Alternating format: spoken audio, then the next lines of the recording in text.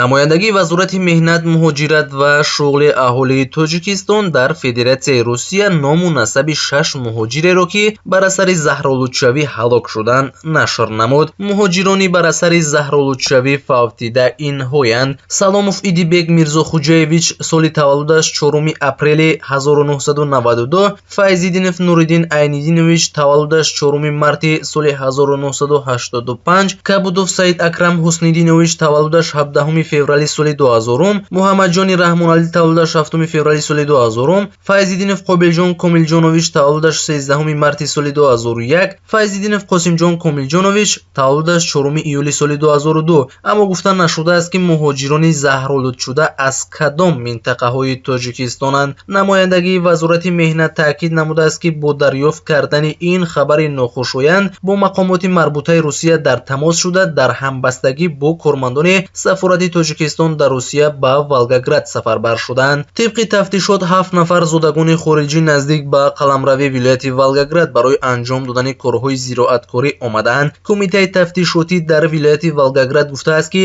рӯзи 26 январ яке аз ин афрод ба гармхона рафта, дар он ҷо ҷасади 6 шиносашро пайдо карда, пас аз он мошини ёрии таъҷилӣ даъват шудааст. Тибқи маълумоти пешакӣ, сабаби марги 6 нафар заҳролудшавӣ аз оксиди карбон будааст. Як нафари дигар, ки ҷасадҳоро ёфтааст, ба муассисаи тиббӣ интиқол дода шудааст. айни замон мақомоти тафтишотӣ пас аз марги 6 муҳоҷири тоҷик дар вилояти Волгоград парвандаи ҷиноятӣ боз кардааст.